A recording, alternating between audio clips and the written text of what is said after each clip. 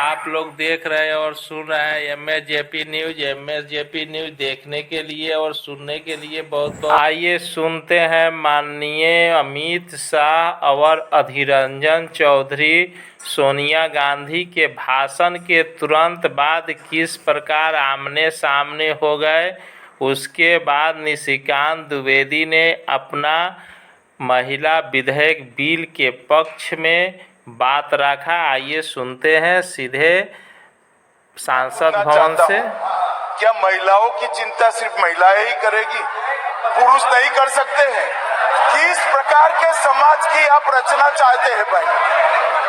महिलाओं की चिंता, महिलाओं का हित, महिलाओं से आगे बढ़कर भाइयों ने सोचना चाहिए। यही इस देश की परंपरा है। महिलाओं के बारे में सोचने का अधिकार सभी को है। तो हमारे साथी सांसद निशिकांत जी खड़े हुए हैं, इसमें उनको क्या आपत्ति है? उनको खड़ा होने नहीं मिला पहले, इसलिए थोड़ा जेलस हो रहे हैं शायद। दल किस तरह से लोकतंत्र का गला घोटते हैं वो मैं उदाहरण हूँ। मैं गांव में पैदा हुआ, मेरे माँ पिताजी आज भी गांव में रहते हैं।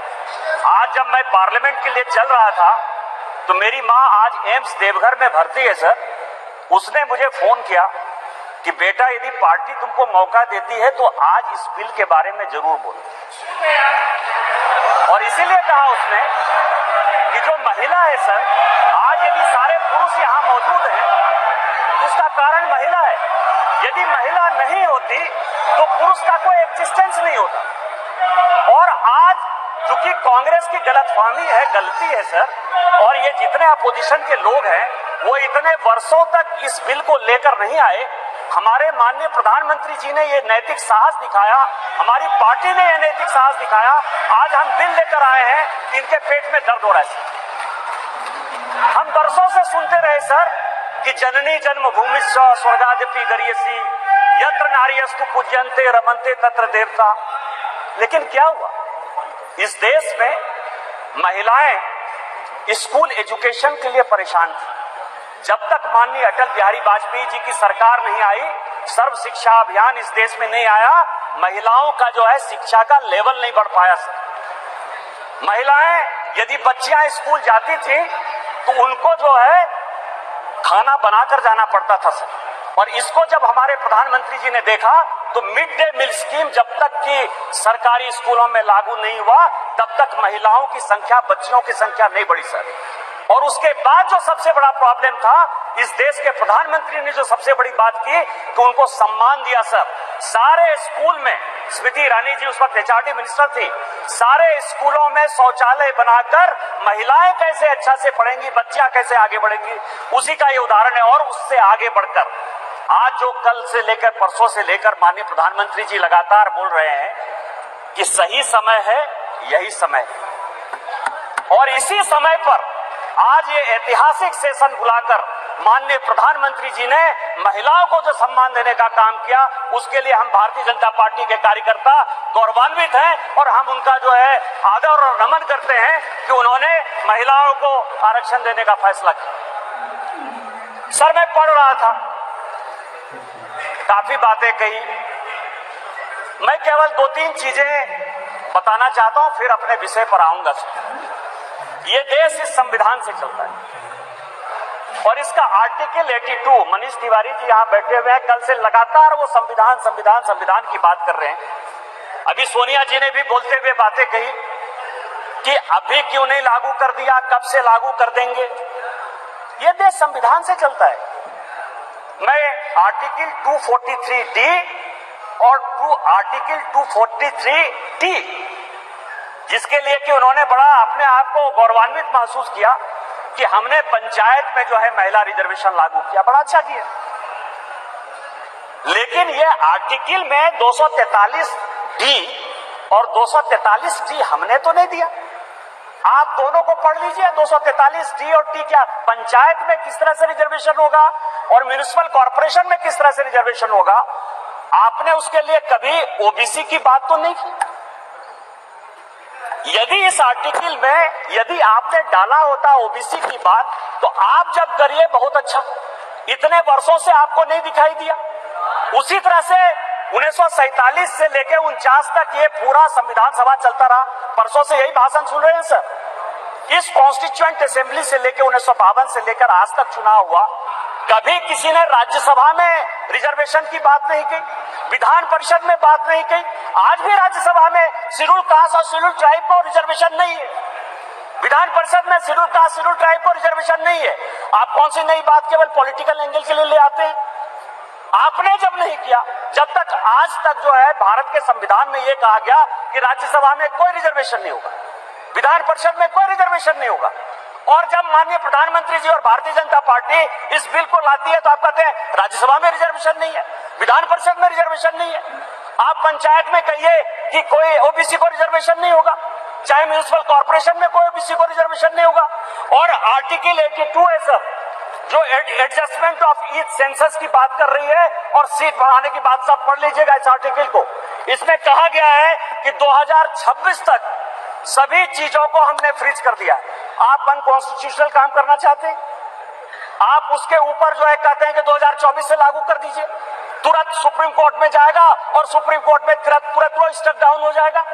क्या आप चाहते हैं कि महिलाओं को रिजर्वेशन नहीं दें? और जिस तरह से आप केवल राजनीति के माध्यम से इस महिला रिजर्वेशन को लॉलीपॉप बनाते रहे, घुमाते रहे, वही भारतीय जनता पार्टी करे। हमारे प्रधानमंत्री जी हैं जो कहते हैं कि जिसकी मैं शुरुआत करता हूं उसका अंत भी करता हूं। यदि ये महिला रिजर्वेशन यहाँ आया है तो महिलाओं को अधिकार मिलेगा, मिलकर रहेगा, दुनिया की कोई ताकत इसको नहीं रोक सकती है। लेकिन इनके यहाँ क्या दिक्कत है सर? इनके यहाँ सबसे बड़ी दिक्कत है, और अभी जितने स्पीकर बोलने वाले हैं सर, वो स्पीकर 2026 में ये आर्टिकल 82 पढ़िए, संविधान को जो है पढ़िए, जो संविधान में लिखा हुआ है कि सेंसस होगा, सेंसस के बाद डिलिमिटेशन होगा, और डिलिमिटेशन के बाद जो है हम उसको लागू करेंगे। और ये आर्टिकल 82 कह रहा है, ये 82 कह रहा है।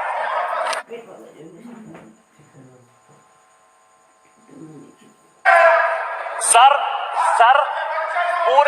पूरे देश दुनिया में कोरोना के कारण लोग मरे, माननीय प्रधानमंत्री जी के कारण आज 140 करोड़ लोग बच गए। इस पार्लियामेंट को चलाने में आप जैसे लोगों को क्या समस्या होगी सर? लोकसभा, राज्यसभा, लॉबी, सभी जगह सांसद बैठकर कानून पास करते रहे। भाई मरता था तो भाई का लाश जलाने के लिए कोई नहीं जाता था, पिता मरते थे तो पिता का लाश जलाने के लिए बेटा नहीं जाता था। उस कोरोना से बचकर हम आए हैं 2 साल के बाद। आप कहते हो आपने क्यों नहीं कराया, आपने क्यों नहीं कराया? कितने लोग थे जो रोड पर घूम रहे थे, कितने लोग थे जो खाना खिला रहे थे, सारे जगह के ट्रेन बंद थे, सारे जगह की सब स्थितियां बंद थी। भागलपुर पूरा जो है भारत जो है किस तरह के विकट परिस्थिति में था सर? माननीय प्रधानमंत्री जी 140 करोड़ लोगों को बचा के लाए हैं, और सेंसस जो संवैधानिक चीज है उसको जब हम लागू करेंगे तो ये लागू होगा। आज आप कह रहे हो क्यों नहीं लागू किए? देश में फिर से ये गलत तरह का माहौल पैदा करने की कोशिश कर रहे सर। 2020 और 21 के माहौल के बाद, कोरोना के बाद कैसे सेंसस लागू हो सकता था, कैसे सेंसस हो सकता था? और माननीय गृह मंत्री जी बैठे हैं, हमेशा कहते हैं कि मैं कोई गैर संवैधानिक काम नहीं करूंगा, कोई असंवैधानिक काम नहीं करूंगा। यदि सेंसस होना है तो उसका भी डेट घोषित होगा, सेंसस होगा, डिलिमिटेशन होगा और महिलाओं को रिजर्वेशन मिलेगा। यही तो इस बिल में 334 से, जिसके बारे में कि माननीय कानून मंत्री जी कह रहे थे सर। लेकिन क्या समस्या है कि ये अपने आइए सुनते हैं माननीय स्मृति ईरानी, श्रीमती स्मृति ईरानी किस प्रकार महिला विधेयक बिल पर कांग्रेस को परतंज कस रही है। चलिए सीधे आप लोग को पार्लियामेंट ले चलते हैं। आइए सुनिए किस प्रकार ओजस्वी भाषण से पूरा संसद में अपने भाषण के लिए जानी जाती है स्मृति ईरानी। आइए सुनते हैं महिला विधेयक बिल। आपका अधिकार आपसे छीना जाएगा। आज मैं अभिनंदन करती हूँ प्रधानमंत्री जी का, हमारे न्याय मंत्री का, जिन्होंने कांग्रेस की इस अभिलाषा को निराश किया।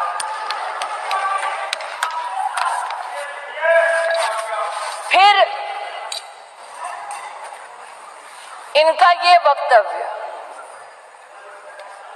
कि आप अब अभी क्यों नहीं कराते? महोदय, हम जानते हैं कि संविधान को छिन्न भिन्न करना ये कांग्रेस की पुरानी आदत है, लेकिन आज अगर आप इसी गरिमामय संविधान के अनुच्छेद 82 को पढ़ें, 82 ये किताब नहीं है, संविधान का मेरे हाथों में, तो आपके लिए किताब होगी, हमारे लिए पूजनीय है, संविधान है ये।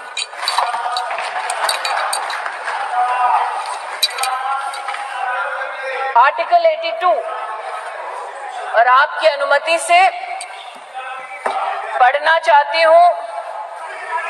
Upon the completion of each census, allocation of seats in the House of the People to the states and division of each state into territorial constituencies shall be readjusted by such authority and in such manner as Parliament may by law determine, provided also that until the relevant figures for the first census taken after the year 2026 have been published.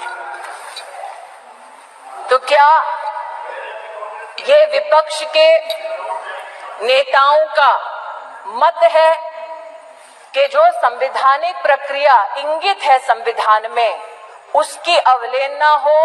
Should we not abide by the constitution? Is that the position taken by leaders of the opposition parties? That is my humble suggestion and submission. फिर यह आरोप लगाया गया कि आप OBC और मुस्लिम reservation क्यों नहीं देते? मुझसे ज्यादा अनुभवी लोग जो वर्तमान में बिना माइक के और पीठ की परमिशन के दांत चबा चबा कर बोल रहे हैं, उनको शायद इस बात का आभास नहीं कि संविधान में धर्म के आधार पर आरक्षण वर्जित है। इसलिए मैं आज आपके माध्यम से महोदय आग्रह करना चाहती हूं कि ये भारत वो भारत है जहां पर आज लोगों के पास व्यवस्थाएं डिजिटली भी पहुंची हैं, और इसीलिए हमारे देश के नागरिक जिस प्रकार से विपक्ष भ्रमित करने का प्रयास कर रहा है, उस भ्रम में ना फंसे, इसलिए तथ्यों का रिकॉर्ड पर आना उचित है।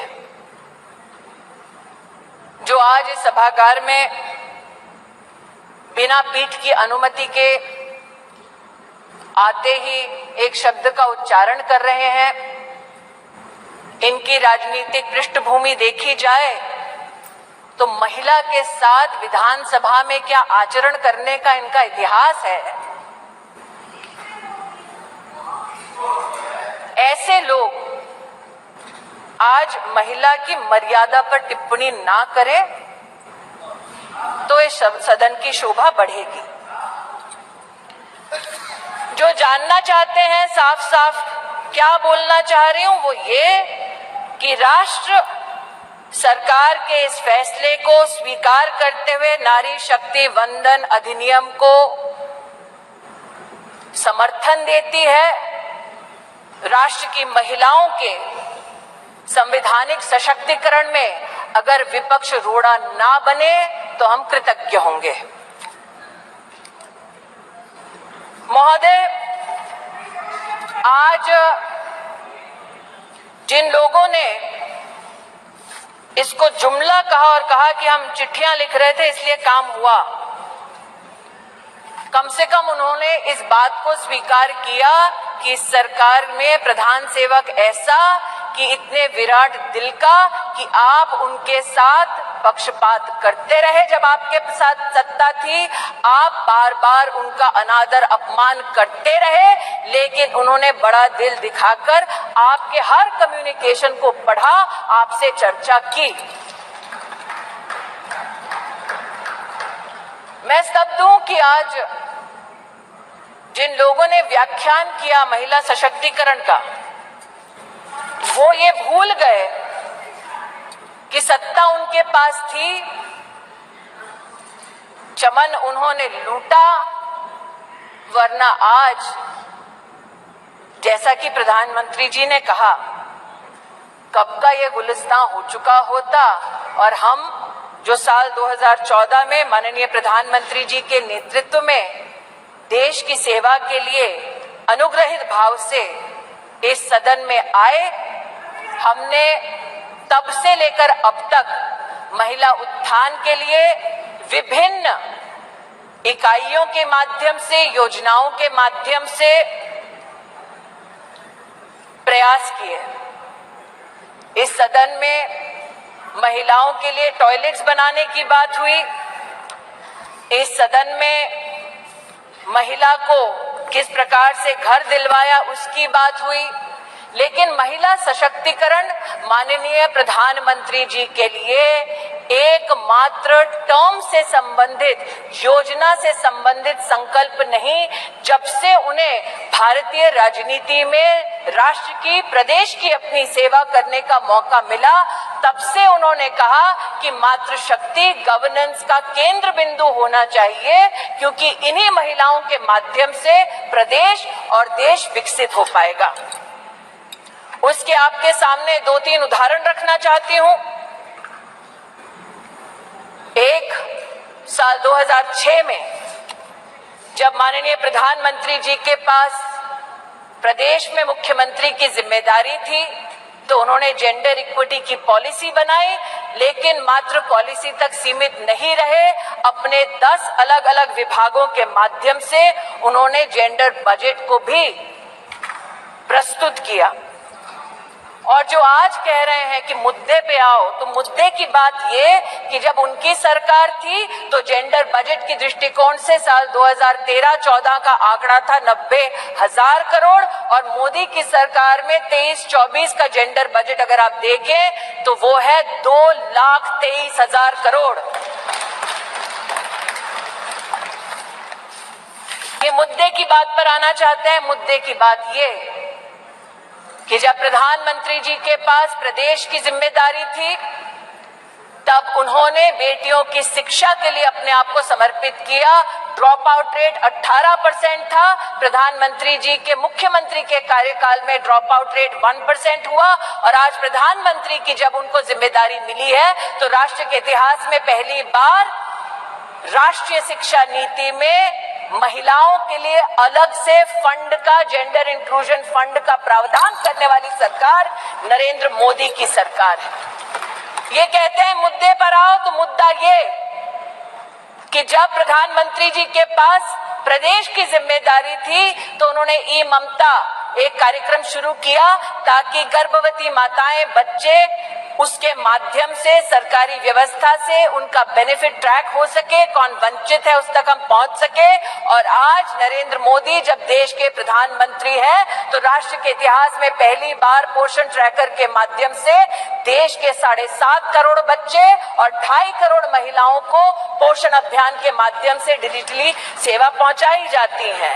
ये कहते हैं मुद्दे की बात पर आओ, तो मुद्दा ये कि जब प्रधानमंत्री जी के पास प्रदेश की जिम्मेदारी थी तो उन्होंने मां वात्सल्य योजना की शुरुआत की, जहां महिलाओं को लगभग 1.5 लाख रुपए के माध्यम से, जिनकी एनुअल इनकम थी, उनको 4 लाख से ज्यादा की मेडिकल ट्रीटमेंट सरकारी व्यवस्थाओं में देने का काम नरेंद्र मोदी जी ने किया। और आज आयुष्मान भारत योजना के चलते 10 करोड़ गरीब परिवार, 10 करोड़ गरीब महिलाओं को सुविधा, 24,000 से ज्यादा अस्पतालों में, 1,60,000 से ज्यादा स्वास्थ्य केंद्रों में सेवा देने वाली सरकार मोदी की सरकार है, भाजपा की सरकार है। इसलिए जो कहते हैं कि महिला सशक्तिकरण मात्र आज एक चुनावी मुद्दा है, उनसे कहना चाहती हूं, नरता का आदर्श तपस्या के भीतर पलता है, देता वही प्रकाश आग में जो अभित जलता है। आपने नरेंद्र मोदी जी पर कई आक्षेप किए, राष्ट्र के नवनिर्माण में, चाहे वो मेक इन इंडिया हो, चाहे वो धारा 370 को हटाने की बात हो, हर विषय पर, जीएसटी पर भी न सिर्फ व्यवधान किया बल्कि व्यवधान के बाद जब इस सदन ने उन कानूनों को पारित किया तो आप एक्सटर्नल ऑर्गेनाइजेशंस के माध्यम से कोर्ट में चुनौती देते गए, कोर्ट में भी हारे, पीपल्स कोर्ट में भी हारे। इस बार लोग कहते हैं कि 27 साल नहीं, अगर आप जनसंघ की पृष्ठभूमि देखें तो 1974 से हम प्रमाणित कर सकते हैं कि हमारी आइडियोलॉजी ने, हमारे ऑर्गेनाइजेशन ने बार बार कहा कि आप संवैधानिक ढांचे की मर्यादा में महिला का आरक्षण गारंटी करें। मोदी आज इस अधिनियम के माध्यम से महिलाओं को जो वंचित है वो अधिकार गारंटी कर रही हैं और इसीलिए पूरे सदन से विनम्र आग्रह है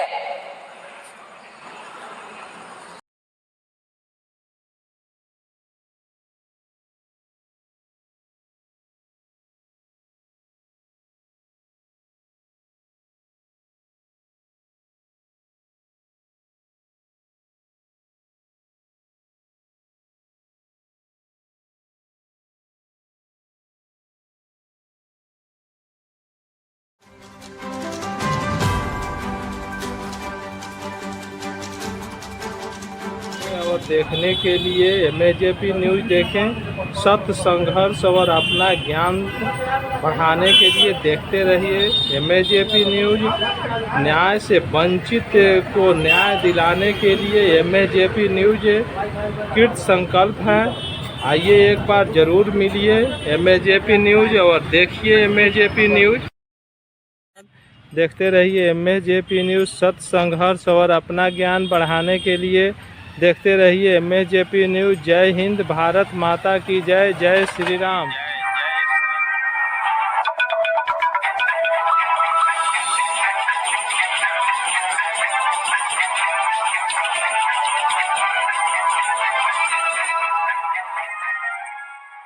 धन्यवाद। देखते रहिए एमएजेपी न्यूज़। सत्य, संघर्ष और अपना ज्ञान बढ़ाने के लिए देखते रहिए एमएजेपी न्यूज़। जय हिंद, भारत माता की जय, जय श्री राम।